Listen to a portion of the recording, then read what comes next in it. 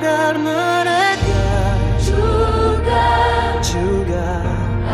Saudara-saudari yang terkasih, salam jumpa kembali.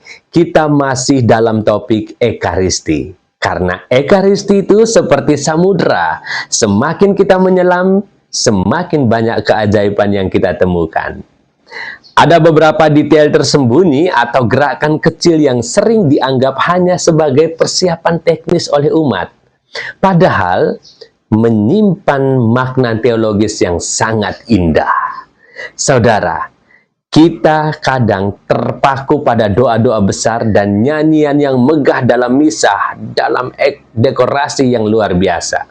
Tapi pernahkah Anda memperhatikan apa yang dilakukan imam saat suasana sedang hening? Atau mengapa ada setetes air yang dicampur ke dalam anggur? Saudara, ada banyak bahasa rahasia dalam Ekaristi yang terjadi begitu cepat, namun jika kita memahaminya, hati kita akan bergetar. Kali ini kita tidak akan membahas bagian-bagian besar dalam Ekaristi, melainkan detail-detail kecil yang sering luput dari perhatian, namun merupakan nadi dari kehadiran Tuhan. Saudara, mungkin kita sering mendengar istilah altar. Tapi tahukah Anda bahwa dalam Ekaristi sebenarnya ada dua meja? Yang pertama adalah ambo, mimbar tempat sabda dibacakan, yang disebut sebagai meja sabda.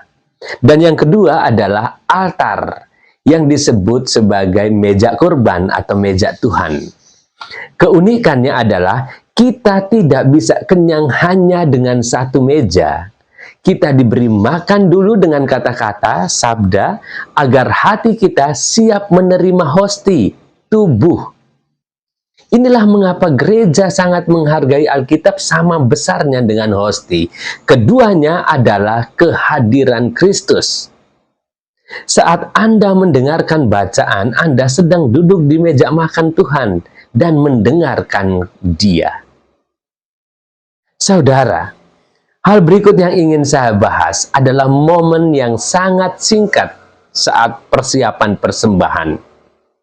Saat itu, imam dan diakon menuangkan anggur ke dalam piala, lalu menambahkan setetes air ke dalamnya. Mengapa hanya setetes dan mengapa harus ada air? Saudara, sambil menuangkan air itu, imam berbisik pelan. Sebagaimana air dicampur dengan anggur ini, semoga kita layak mengambil bagian dalam keilahian Kristus yang telah sudi menjadi manusia seperti kita. Ini adalah simbol yang luar biasa. Anggur melambangkan keilahian Yesus, Tuhan, dan setetes air itu melambangkan kemanusiaan kita yang kecil. Saat air itu masuk ke anggur, ia menyatu dan tidak bisa dipisahkan lagi. Artinya, Tuhan ingin kita dengan segala kelemahan dan dosa-dosa kita menyatu sepenuhnya dengan kehidupannya. Kita yang kecil ditelan oleh kasih-Nya yang besar. Saudara, seringkali saat umat sedang bernyanyi lagu persembahan, kita melihat imam mencuci tangan di pinggir altar dibantu oleh Miss Dinar. Kita mungkin berpikir itu hanya soal kebersihan karena imam akan memegang hosti. Namun secara liturgis, ini disebut lavabo. Imam tidak sedang mencuci debu, tapi sedang mengucapkan doa pertobatan pribadi. Beliau berbisik, "Basuhlah aku ya Tuhan dari kesalahanku dan bersihkanlah aku dari dosaku." Ini adalah momen kejujuran seorang imam. Beliau sadar bahwa beliau hanyalah manusia biasa yang tidak pantas menyentuh Tuhan.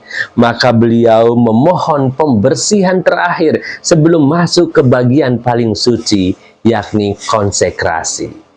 Saat Anda melihat ini, berdoalah juga agar hati Anda ikut dibersihkan bersama tangan sang imam tersebut. Saudara-saudari, setelah doa Bapa Kami dan salam damai, ada saat di mana imam memecah-mecahkan hosti besar. Ini disebut fraksi. Ingat, Yesus dikenal oleh murid-murid di Emmaus justru saat beliau memecah-mecahkan roti. Namun perhatikan gerakan kecil ini.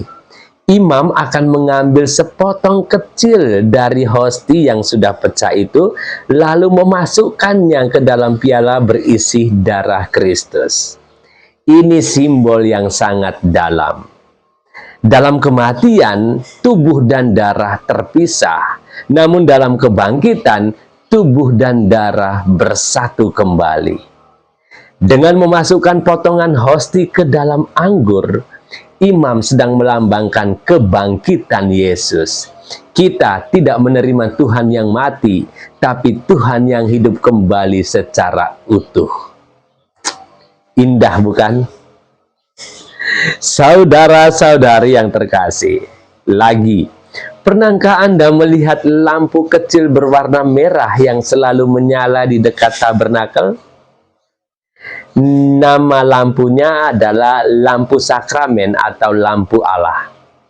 Lampu ini unik karena tidak pernah boleh padam selama ada hosti suci di dalam tabernakel. Ia adalah simbol kehadiran yang setia. Saat gereja sepi, gelap, dan terkunci, lampu itu tetap menyala untuk memberitahu kepada dunia, Tuhan ada di sini, Dia sedang menunggumu. Jika lampu itu padam dan pintu tabernakel terbuka lebar seperti pada Jumat Agung, itu adalah tanda duka yang paling dalam karena sang tuan rumah sedang tidak ada. Saudara-saudari yang terkasih, salah satu momen paling penting yang sering dianggap waktu kosong adalah keheningan setelah komuni. Mengapa imam tiba-tiba duduk diam dan seluruh gereja menjadi sunyi? Dalam dunia yang penuh kebisingan ini, Ekaristi memberikan kita ruang hampa, ruang sunyi, untuk berbicara dari hati ke hati dengan Yesus yang baru saja kita terima. Ini bukan waktu untuk memikirkan jemputan atau rencana makan siang setelah Ekaristi. Ini adalah momen bulan madu rohani. Gereja memberikan keheningan ini agar Tuhan bisa berbisik di dalam batin kita semua, tanpa terganggu suara organ atau nyanyian apapun. Saudara-saudari yang terkasih, dalam Ekaristi tidak ada gerakan yang sia-sia. Mulai dari setetes air, bisikan doa imam saat mencuci tangan, hingga lampu merah yang berkedip di kegelapan. Semuanya adalah bahasa cinta Allah kepada kita. Ekaristi bukan sekedar tontonan di mana kita menjadi penonton. Ekaristi adalah pengalaman di mana seluruh indera kita, penglihatan, penciuman, pendengaran, hingga rasa, diajak untuk mengalami surga selagi kita masih di dunia. Mari kita lebih peka, mari kita lebih memperhatikan, karena seringkali Tuhan tidak hadir dalam badai yang besar, tapi dalam bisikan halus dan gerakan-gerakan kecil di atas altar. Bergabunglah bersama kami, keluarga hati kudus Yesus dan Maria. Ada imam, bruder, dan suster, berbagi hidup dalam karisma yang sama.